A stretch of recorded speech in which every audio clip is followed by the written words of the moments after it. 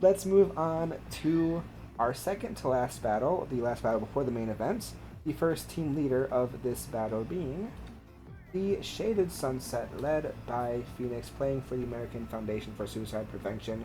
Currently 10th place at 1-1 after their Komo'o sweep from an unfortunate read from the opponents last week. Komo'o at 6-1, the Slow King at 0-2, your rival. Yes, I would agree. The UU Mons of this Orthworm and Quacklevo haven't made an appearance yet, but I know from my very limited knowledge of Gen 9, those are two really good Mons. Yeah, The especially RU, with that Earthworm with the Earth Eater being able to heal off of ground moves. yeah, uh, So it takes away one of its weaknesses, being a Seal type. not only takes away, but completely immune and gets healing from it. It's just Exactly. fantastic. The RU Mons, the recently traded Arboliva from the Goldenrod Goldangos Brute Bonnet now. Um, the Arcanine and the Caparaj of the Elephant Chicken. We haven't seen Elephant Chicken show up yet, but he definitely will. The NU Mons of this team being the Minior, the Dunsparce, and Farigiraf. Again, two Gen 9 Mons that I know nothing about. And the PU Mons being the Charizard, which I will say was traded, but that is a job that is for next week. The Dachshund, Trevenant, and Stantler. A lot of Gen 9 Mons on this team, which makes it scary for me because I don't know too much about Gen 9. What are your thoughts on this team? I'm looking specifically at this one Mon in RU, the return of Elephant Chicken. The Elephant Chicken, Paparaja. guys. The boy Elephant Chicken. Literally. Having its own video made after him from the PCL. Um, the imposter elephant, yeah. But that's okay. Caparaj, really strong, really bulky, and just heavy with its weight-based moves. I can't really comment too much on these Pokemon again because like half of them are Gen 9. But the Slowking Komodo setup is something that is just scary, and we saw it just destroy last week. Especially with setting up the screens and the substitute. Yeah. Um, Minior being a really good shell smashing mon, which I'm surprised hasn't made an appearance quite yet. But I guess we'll see in the future. But their opponents for this week is the Philadelphia Infinite Fusions, led by SB, playing for St. Jude's Children's Hospital, currently 14th at 0-2, looking to get their first win. Would you like to introduce this team? I will. So here we have for our first Mons in OU, Toxapex at 0-1 and Hisuian Decidueye at 0-1.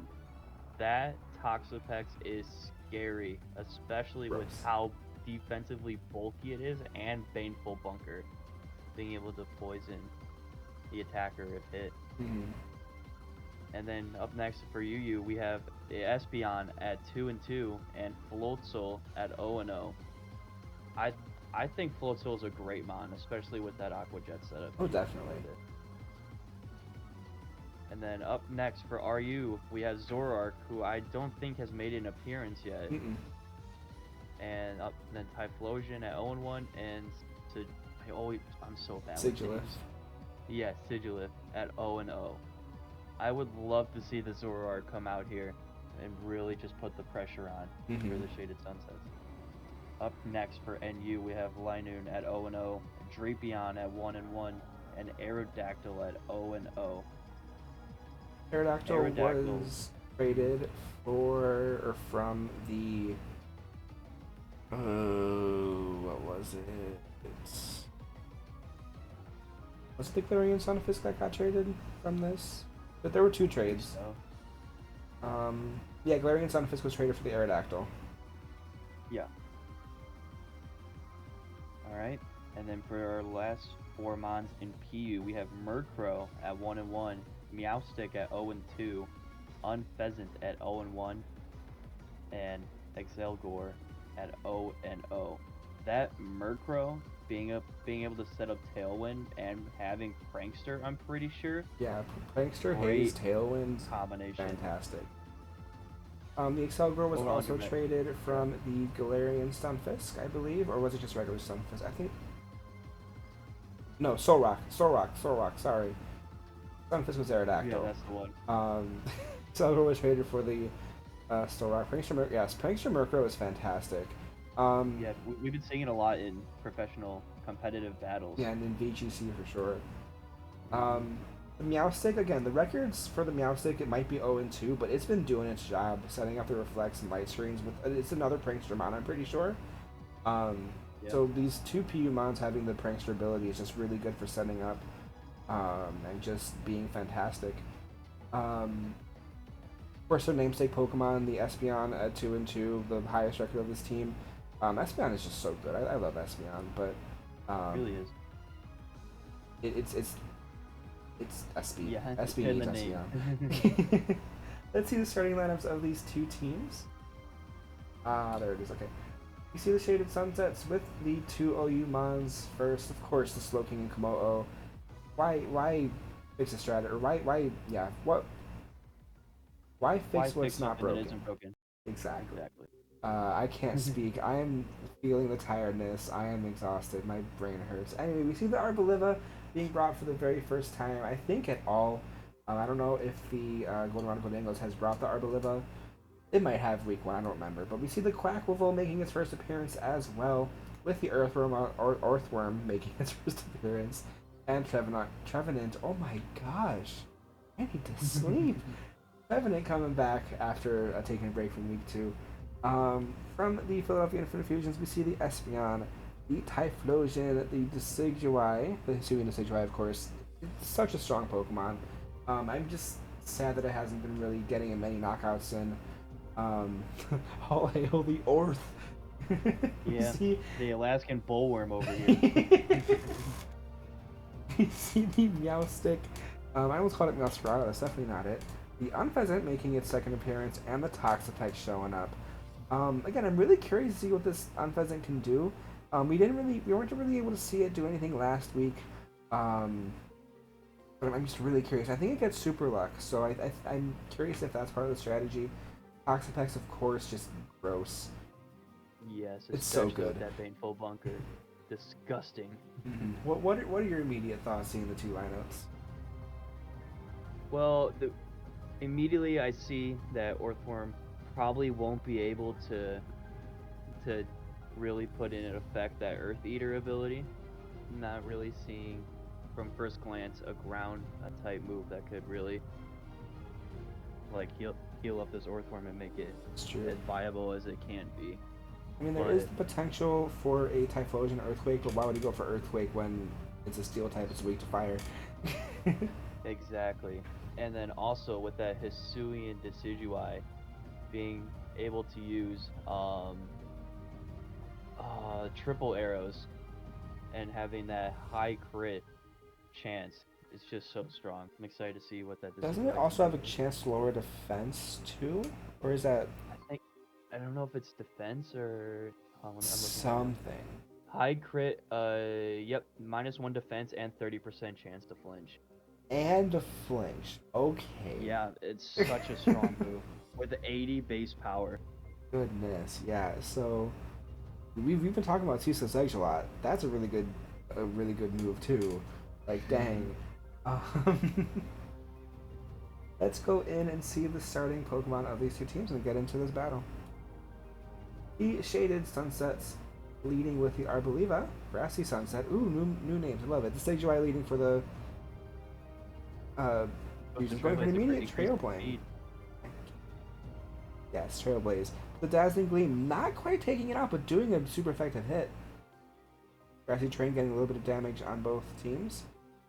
Triple arrows arrows. We coming just through. talked about this. A super effective move, taking down the Arboliva in just one hit. Insanely strong move. Slowking then comes in to replace the Arboliva. The Leaf Blade, though, taking down the Slowking in one hit. This Decidueye standing quite strong right now. Revenant then, Horrifying Sunset. Grass Ghost And the Brave Bird. Brave Bird Bird doesn't knock down the Trevenant. And the Poltergeist is able to finish the job. It is the Decidueye falling after doing so much damage for these first two Pokemon. See what this Trevenant can do with the last turn of grassy terrain here. Meowstic comes out. Meowstic setting up that Reflect. Goes Does it for survive? Poltergeist. It doesn't It even doesn't. survive the Poltergeist. Wow. This must be a banded Trevenant. Like, dang, that's a lot of damage from a Reflect. The Unpleasant coming in. The Dual Wing Beat landing, critting on the first hit. The crit didn't matter. Taking down this Trevenant, though. And the Orthworm then coming in. Gummified Sunset. I love it. The Night Slash coming through, not doing too much damage. And the Iron Defense coming through. Another Night Slash doing a critting, though. Ignoring the defense boost with another Iron Defense coming in. The bulky worm is coming out. Another Night Slash. Another crit, though. So, but Citrus Berry taking its HP back. And the Body Press. The Body Press with the crit. Critting through the Reflect and taking down the Unpleasant. Each team at 3 Pokemon left now. The Eruption, though, outspeeds, easily takes down the Gummified Sunset, the Earthworm, with the Typhlosion standing strong. Quackable then comes in. Sunset Dance, I love it. Probably see an Aqua Step here. There it is, the Aqua Step. Of course being resisted, but it does boost the speed of the Quackable. And the Baton Pass into the Komodo. With the Toxic Spikes being laid down from this Toxapex. Are we going to see the substitute strat that we've seen before? There it is. Looks like it. Substitute coming in from the Komodo. The knockoff not taking down the substitute. Komodo going in for the jump. Here it is. It's setting up. The speed boost from the berry. But the Haze immediately takes down all those boosts. Gosh. The Thunder Punch doesn't kill because of the Haze. The knockoff doing a little bit more damage, but not quite taking it down. That Haze, so good. Oh my gosh, the Thunder Punch doesn't kill still. Not falling. Another layer of Toxic Spikes being set up. I think at this point the Toxic Spikes just needs to fall. But the Baneful Bunker. Baneful Bunker. Into that Drain Punch, gonna poison the dragon. This Toxapex is being a menace right now. Another Drain Punch doesn't knock it out. Doesn't kill. It's not gonna matter. This poison is gonna start chipping away at the Komodo. Another Baneful Bunker. There it is. Thunder Punch not going in. The Komodo should be falling to the poison now. Yep, there it goes. Leaving just the Quackable left against this Toxapex. Yeah. Of course, it is Toxic Poison. From the Toxic Spikes. The Aqua Cutter not taking down the Toxapex. With the knockoff, knocking off the Cobra Berry from this Quackable. The Baneful Bunker then coming in. Bunker. This horrifying Toxapex just surviving. We'll probably see this Aqua Step here again to boost the speed for the Quackable. Here it is. Another Aqua Step, but it doesn't knock down the Toxapex. Knockoff is doing a little bit more chip damage, but this Quackable is going to start taking even more damage from this Toxic. Probably going to see another Baneful Bunker here. Oh no, it goes for the Aqua Step, takes down the Toxapex. But is it enough? The Moxie Boost comes in, but the poison is just racking up. The Espeon then swaps in. Espeon. The Aqua Cutter coming in, not taking it down. And the Espeon going for the Psychic to take down the Quackable, leading the Philadelphia Infant Fusions with the win of this battle. What a fantastic battle. That was like gross. That darn Toxapex, like that Haze. That Haze clutched that battle, just making that Komodo pretty much useless at that point. Such a good showing from both teams, but the Philadelphia Infant Fusions leading or coming in with the win.